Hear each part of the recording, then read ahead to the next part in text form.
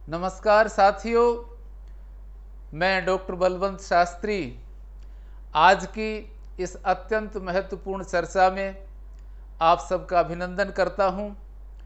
पिछले वीडियो के माध्यम से मैंने आपके समक्ष निवेदन किया था कि फिट रहने के 3 टिप्स हैं। उनके अंतर्गत व्यायाम, प्राणायाम और ध्यान के संबंध में मैंने आपके समक्ष चर्चा रखी थी। उस वीडियो को देख करके, सुन करके आप मानसिक रूप से तैयार हो गए होंगे। यदि आपने वह वीडियो नहीं देखा हो तो निश्चित रूप से आप उस वीडियो को देखिए। उस वीडियो को देखने के उपरांत आप व्यायाम, प्राणायाम और ध्यान करने के लिए मानसिक रूप से पूरी तरह तैयार होंगे। आज की जो अत्यंत महत्वपूर्ण चर्चा है वह व्यायाम से संबंधित है।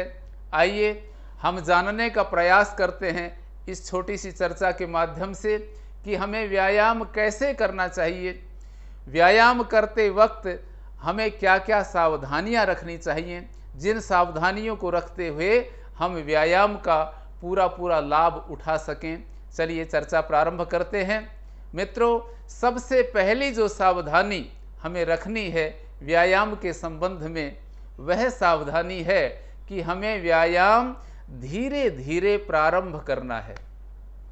जिस प्रकार से गाड़ी स्टार्ट की जाती है, फिर पहला गियर लगता है, फिर दूसरा गियर हम लगाते हैं, फिर तीसरा गियर लगाते हैं, ऐसे क्रम से धीरे धीरे हम गियर को बढ़ाते हुए चलते हैं। इसी प्रकार से हमें व्यायाम की गति को भी धीरे धीरे बढ़ाना है और इस गति को बढ़ाते हुए और फिर एक मध्यम गति तक हमें लेकर के जाना है और व्यायाम का समापन भी फिर उसी प्रकार से धीरे धीरे नीचे घटते हुए क्रम से, घटती हुई गति से हमें व्यायाम का समापन करना है।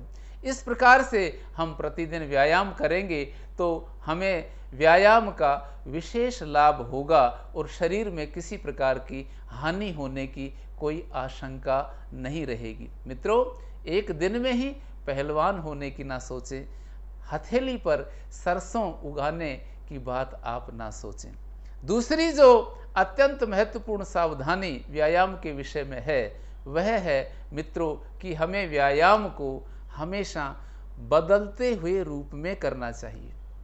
जैसे यदि हम दंड बैठक लगाते हैं, दंड बैठक का व्यायाम करते हैं, तो हमें सप्ताह में कम से कम 2 दिन हमें दौड़ लगा लेनी चाहिए या अन्य कोई अपनी मनपसंद का व्यायाम, मनपसंद का खेल या घर का काम हमें कर लेना चाहिए।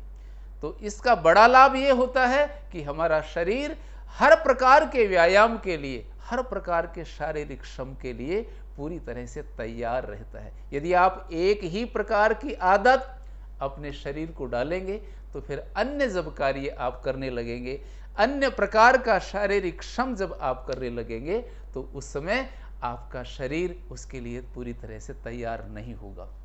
तीसरी जो अत्यंत महत्वपूर्ण सावधानी रखने की बात है वो ये है कि हमें व्यायाम को श्वास पूर्वक करना चाहिए।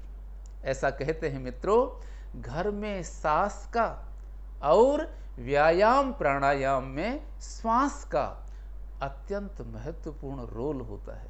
इसलिए इस बात को हमेशा याद रखते हुए हमें हमेशा व्यायाम करते समय हमें श्वासों पर ध्यान रखना है और यथासंभव हमें नाक से ही श्वास लेना है।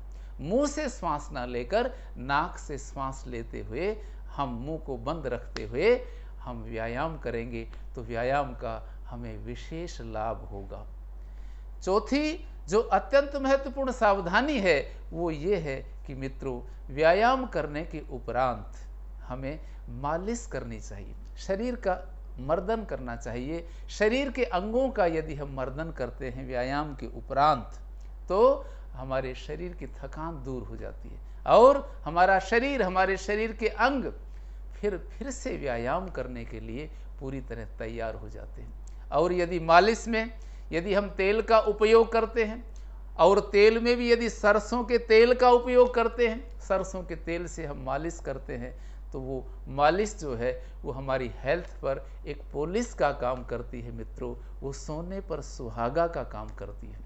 इसलिए व्यायाम करने के उपरांत हमें कम से कम सप्ताह में 1 दिन या 2 दिन हमें तेल की मालिश करनी चाहिए। अन्य दिनों में हम अपनी सूखी ही मालिश कर सकते हैं, तो वो हमारे स्वास्थ्य के लिए अत्यंत लाभदायक है। 5वीं जो अत्यंत महत्वपूर्ण बात है वो ये है कि हमें व्यायाम करने के उपरांत और मालिश करने के उपरांत तुरंत स्नान नहीं करना चाहिए। स्नान हमें कम से कम 1 घंटे के बाद में करना चाहिए, जब पूरी तरह से हमारा शरीर सामान्य अवस्था में आ जाता है। शरीर की जो गर्मी है व्यायाम के माध्यम से हमने उत्पन्न की थी, वह गर्मी जब शांत हो जाती है उस समय हमें स्नान करना चाहिए।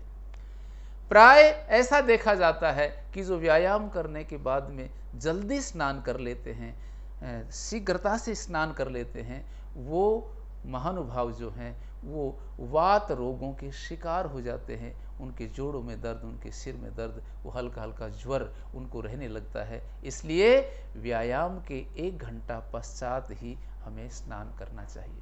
और स्नान करने के उपरांत जो अंतिम सावधानी हमें रखनी है, छठी सावधानी हमें रखनी है, वो ये है कि हमारे व्यायाम में और भोजन में, आहार में, चाहे हम दूध पिए, कोई पेय पदार्थ ले या हम कुछ भी खाद्य पदार्थ ले, तो व्यायाम के उपरांत जो है वो 1 घंटे का उसमें गैप होना चाहिए। व्यायाम के बाद में हमें तुरंत भोजन भी नहीं लेना है, चाहे वो खाद्य पदार्थ हो चाहे पेय पदार्थ हो, हमें नहीं लेना है। 1 घंटे का गैप, 1 घंटे का अंतर व्यायाम में और आपके भोजन में, आपके आहार में निश्चित रूप से होना चाहिए। मित्रों, ऐसा कहते हैं कि हमारे यहाँ कहावत है कि कर्ज बिराना दुख दे जा और खाकर नहाना दुख दे जा। इसलिए कुछ खाने से पहले हमें स्नान करना है, स्नान करने के उपरांत हमें भोजन करना है। जो महानुभाव भोजन पहले कर लेते हैं और स्नान बाद में करते हैं, वो बुरी तरह से जो है अपने पाचन रोगों के शिकार बन जाते हैं। भोजन के बाद स्नान जो है वो बुरी तरह से हमारे पाचन तंत्र को प्रभावित करता है। इसलिए इस बात को हमेशा याद रखें कि हमें कुछ खाने से पहले, भोजन करने से पहले हमें स्नान करना है, हमें खाकर के स्नान नहीं करना है। यदि किन्हीं परिस्थितियों में खाकर स्नान करना भी पड़े तो कम से कम 2-3 घंटे का गैप, 2-3 घंटे का अंतर होना चाहिए। मित्रों, आइए इन 6 सावधानियों को रखते हुए हम व्यायाम का पूरा लाभ उठा सके। और इस चैनल के माध्यम से आप मेरे साथ में जुड़िए मित्रों। आप हम सब मिल कर के हंसते हुए, गाते हुए, झूमते हुए हम जीवन के पथ पर आगे बढ़ते चलें। इन्हीं शब्दों के साथ आप सबका बहुत बहुत धन्यवाद।